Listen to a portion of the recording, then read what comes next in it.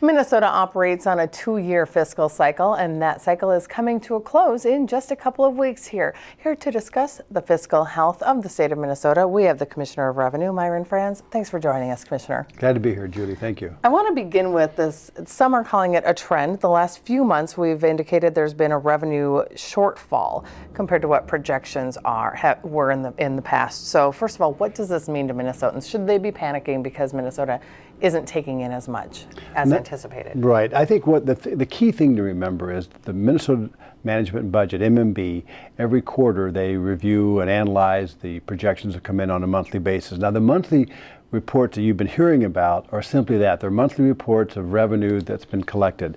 There's been no analysis of the data. It's simply what's coming into the accounts and what's reported to MMB.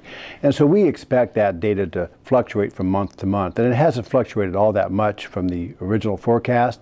But until MMB takes a look at those numbers and analyzes those numbers and then compares them to their forecast, only then will we have a better sense of where we are in the long term. And yet House Minority Leader Kurt Doudt issued a response almost immediately saying that Governor Mark Dayton and the DFL majorities had, quote, committed Minnesota taxpayers to historic spending increases and ignored early warning signs. In your opinion, did the legislature overspend? Well, first of all, I don't think there are any early warning signs. These monthly reports, I don't believe indicate early warning signs.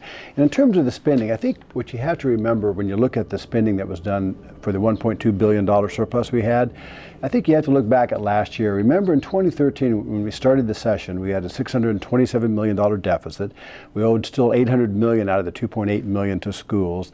And we hadn't made any investments, really significant increased investments in education and healthcare. So after making those last year, this year we came into the session with $1.2 billion surplus. And of that, $150 million was put into the reserve, the first increase in the reserve in over a decade. And another almost $550 million was included in tax breaks, where we gave tax breaks for 2013 tax year and also tax breaks for 2014 going forward.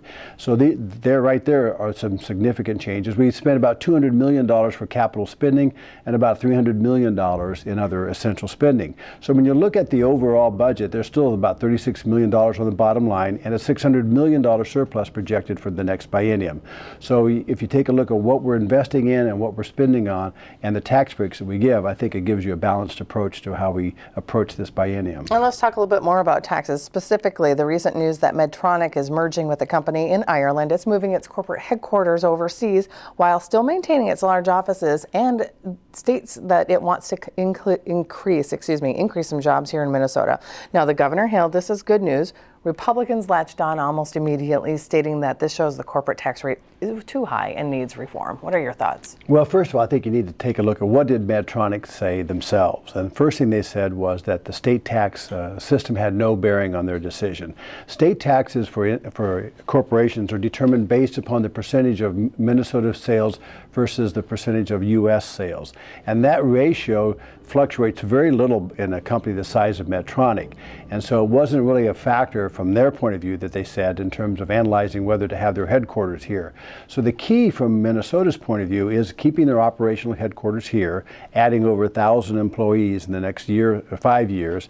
And I think one of the things you're going to see is they're going to continue to pay property taxes, they're going to continue to pay individual income taxes, and their state overall tax rate really won't fluctuate much based upon that sales ratio.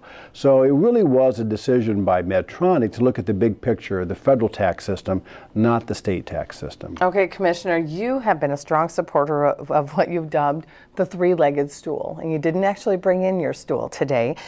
So in your opinion, has the legislature kind of moved towards tax equity? That was something that you were pitching in the past. Well, you know, it's funny because Governor Dayton actually ran as a candidate. Mark Dayton ran as a candidate for tax fairness. And as governor, he's really been very adamant about trying to make the system more fair. We define fairness by being more progressive, so that everyone pays about the same share of their income to state and local taxes. And we made a significant increase in the progressivity last year and again this year.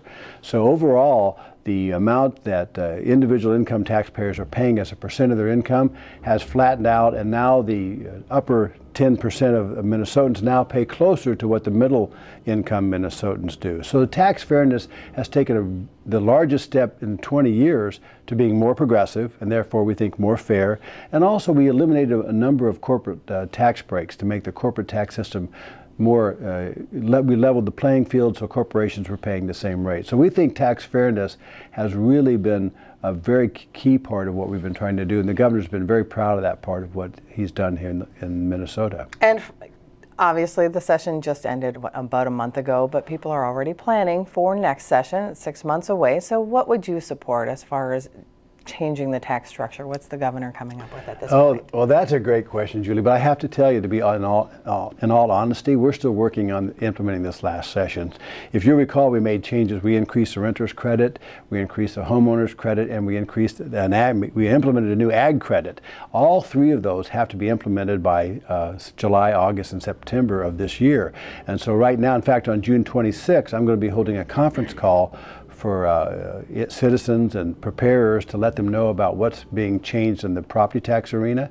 And those are really critical. I mean, we've increased property tax relief by almost $40 million this year alone in money that will go out this year. But it's changing the system, and so we have to change the forms. We have to let people know how to apply for that. So we are extremely busy right now in implementing what was done in the last session, making sure people get their property tax refunds as soon as possible. Will the governor try to go for some of the things he didn't get, though, like the dependent care credit, the revision in the child care credit? Well, the child care credit, I'm really glad you brought that up. You know, that was one we really fought to increase.